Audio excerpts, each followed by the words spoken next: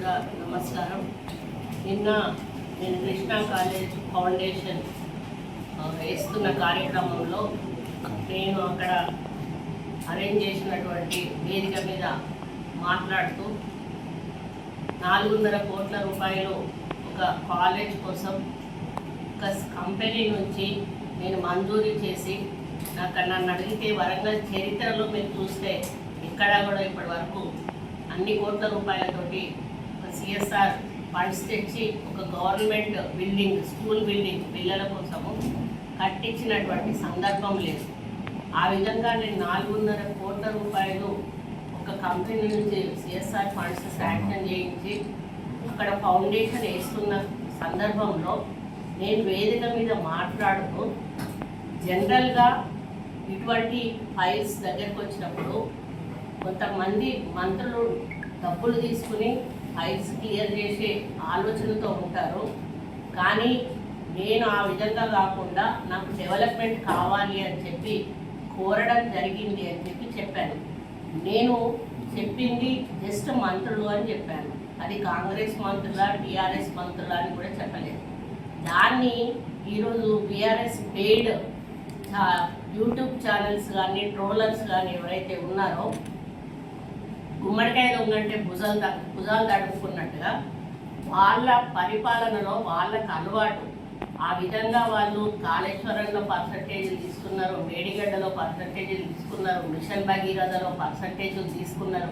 ప్రతి దాంట్లో కూడా పర్సంటేజీలు తీసుకొని నాణ్యతా లోపంతో ఈరోజు కోట్లాది రూపాయల డబ్బులు, ప్రజల డబ్బులు దుర్వినియోగం చేసి వాళ్ళు కోట్లకు పడగలెత్తి ఈరోజు మంత్రులతో సహా కోట్ల రూపాయలు దండుకొని కోటీశ్వర్లు అయ్యి ప్రాపర్టీస్ సంపాదించుకొని మీరు ఒక్కొక్క మంత్రి హిస్టరీ మీకు ధైర్యం ఉంటే మీకు మీరు సెల్ఫ్ ఎంక్వైరీ చేయించుకోండి. ఈరోజు నేను అడుగుతా ఉన్నాను మంత్రులను, బీఆర్ఎస్ మంత్రులను, మీరందరూ కూడా సెల్ఫ్ ఎంక్వైరీ చేసుకోండి. మీరు మంత్రులు కాకముందు మీ ఆస్తులు ఎంత, మంత్రులు అయినాక ఈ 10 సంవత్సరాల్లో మీ ఆస్తులు ఎంతకు పెరిగినాయి అనేది మీ వాస్తవాలు బయటకు తీయాల్సిన అవసరం ఉన్నది.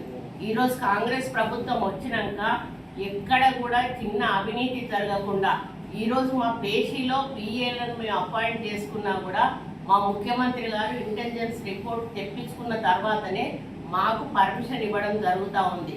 ఆ విధంగా మాకు అవినీతి అనేది జరగకుండా ప్రజల సంక్షేమమే ధ్యేయంగా, ప్రజల అభివృద్ధి ధ్యేయంగా ఈరోజు కాంగ్రెస్ పార్టీ ముందుకు పోతున్న విషయాన్ని జీర్ణించుకోలేక ఏ విధంగా వాళ్ళు ఎట్లా ఏదైతే పదవిని కోల్పోయారో ఆ రోజు నుంచి ఒక ఫ్రస్ట్రేషన్లో ఉండి ఏ చిన్న విషయాన్ని కూడా దాన్ని గోరంతలు కొండంతలుగా చేసి మళ్ళీ పూర్తి వీడియోలు కూడా ప్రసారం చేయకుండా అక్కడ ముక్క ఇక్కడో ముక్క తీసి అక్కబెట్టి మార్పింగ్ చేసి దాన్ని వేరే ఆలోచన అంటే వేరే మీనింగ్ వచ్చే విధంగా ప్రజల్లోకి పంపిస్తూ తప్పుడు ప్రచారం చేస్తున్నటువంటి ఈ బీఆర్ఎస్ పెయిడ్ బ్యాచ్ని దయచేసి వాళ్ళను నువ్వు కానీ ఇటువంటివి చేయడం మాన్పించకపోతే భవిష్యత్తులో చాలా ఇబ్బంది పడేటువంటి అవకాశం ఉంటుంది.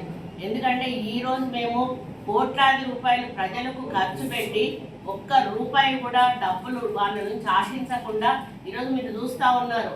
ఈ 6 గ్యారంటీల విషయంలో కానీ, ఫ్రీ బస్సు విషయంలో కానీ, ఉచిత కరెంటు విషయంలో కానీ, మరి ఆరోగ్యశ్రీ విషయంలో కానీ, అదేవిధంగా మరి ఇంకా ఫీజు రియంబర్స్మెంట్ విషయంలో కానీ ఈ విధంగా ఈ ప్రభుత్వం వచ్చినాక తీసుకున్న ఇప్పుడు రైతు రుణమాఫీ కానీ, రైతు బంధు కానీ ఇటువంటివి మీరు ఒకసారి పరిశీలించినప్పుడు ఎక్కడా కూడా మేము కాంగ్రెస్ పార్టీ వాళ్ళను మాట్లాడలేదు, ఎక్కడ కూడా పార్షాలిటీ చూపించలేదు.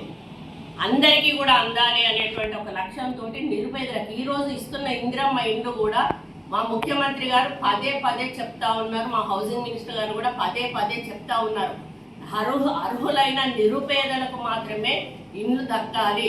పార్టీ బేసిస్లో దయచేసి మీరు చూడకండి, మన ప్రభుత్వానికి మంచి పేరు రావాలి అనేటువంటి మాట మాకు పైనుంచి మాకు ముఖ్యమంత్రి గారి నుంచి ఆదేశాలు ఉన్నాయి. ఆ విధంగా మేము పార్టీలకు అతీతంగా ఈరోజు నేను రైతు రుణమాఫీ గురించి అడుగుతా ఉన్నా. టీఆర్ఎస్ నాయకులు ధైర్యం ఉంటే వచ్చి బయట చెప్పండి, మీకు ఎంతమందికి రైతుకు రుణమాఫీ అయింది, ఎన్ని కోట్ల రూపాయలు మీకు రుణమాఫీ అయింది, ధైర్యం ఉంటే కేటీఆర్ని అడుగుతా ఉన్నా, మీరే లిస్ట్ బయట పెట్టండి. అదేవిధంగా రైతు బంధు ఎంతమందికి పడ్డది మీరే లిస్ట్ బయట పెట్టండి. మేము ఎక్కడా కూడా ఆంక్షలు విధించలేదు. రైతు బంధు టీఆర్ఎస్ వాళ్ళకు పడొద్దు అని చెప్పేసి, రైతు రుణమాఫీ టీఆర్ఎస్ వాళ్ళకు కావద్దు అని చెప్పి. కాబట్టి మేము చేస్తున్న పరిపాలన ప్రజలకు అందరికీ కూడా అందుతున్న సమయంలో ప్రజల్లో ఈరోజు మేము సన్నబియ్యం అనేది కూడా ఇచ్చినప్పుడు వాళ్ళ మొహంలో ఆనందం చూసాం.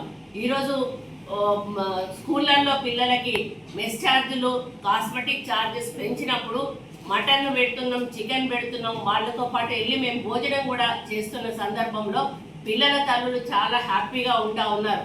స్కూల్స్ డెవలప్మెంట్ విషయంలో కూడా మేము స్కూళ్ళు తెరవడమే ఫస్ట్ రోజే పుస్తకాలు ఇచ్చినాం, ఫస్ట్ రోజే వాళ్ళకి డ్రెస్సెస్ ఇచ్చినాం. స్కూల్స్లో రాకముందే స్కూల్స్ రిపేర్స్ చేయించి పెట్టినాం, టాయిలెట్స్ చేయించి పెట్టినాం.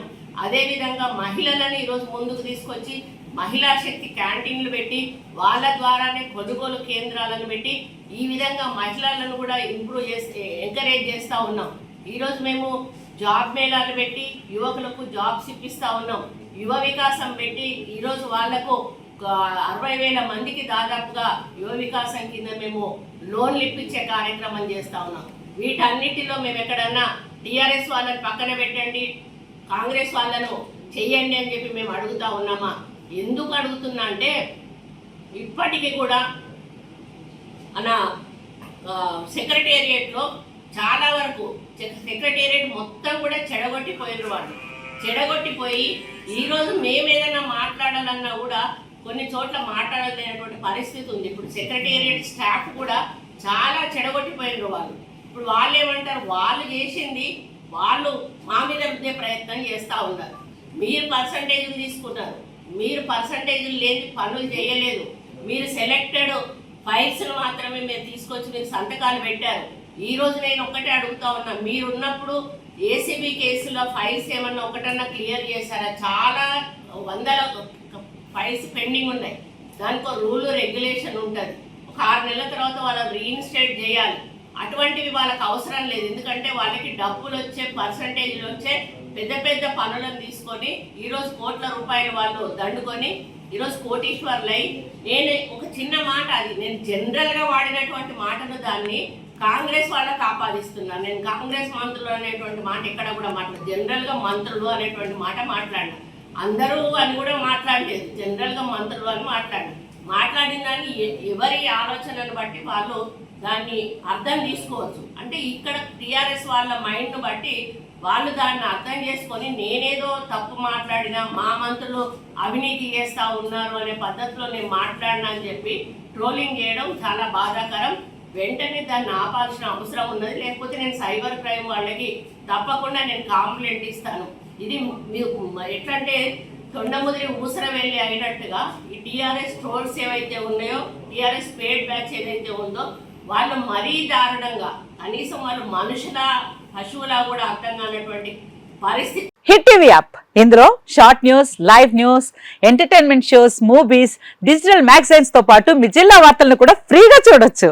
ఇంకెందుకు ఆలస్యం, వెంటనే హిట్ టీవీ యాప్ ని డౌన్లోడ్ చేసుకుని ఫ్రీగా ఎంటర్టైన్మెంట్ పొందండి. Hit TV app, hit TV app, please download hit TV app. Hit TV app ని ఫ్రీగా డౌన్లోడ్ చేసుకుని ఎంజాయ్ చేయండి. మీకు నచ్చిన ఎంటర్టైన్మెంట్ కోసం హిట్ టీవీ యాప్ ని ఫ్రీగా డౌన్లోడ్ చేసుకుని ఎంజాయ్ చేయండి. హిట్ టీవీ యాప్ ని డౌన్లోడ్ చేసుకుని ఆస్వాదించండి, ఆశీర్వదించండి. ఇంతమంది సెలబ్రిటీలు హిట్ టీవీ యాప్ ని డౌన్లోడ్ చేసుకోండి అని చెప్తున్నారంటే ఎంత మంచి యాప్ ఆలోచించండి. అమెరికా అమెరికా అమెరికా అమెరికాలో చదవాలనుకునే వాళ్ళకి విశ్వసనీయమైన పేరు మన శౌర్య కన్సల్టెన్సీ. UK లో 1 year masters, UK లో 1 year masters, 2 years work permit up to 5 years visa. Contact Saurya Consultancy. Contact 89851 89851.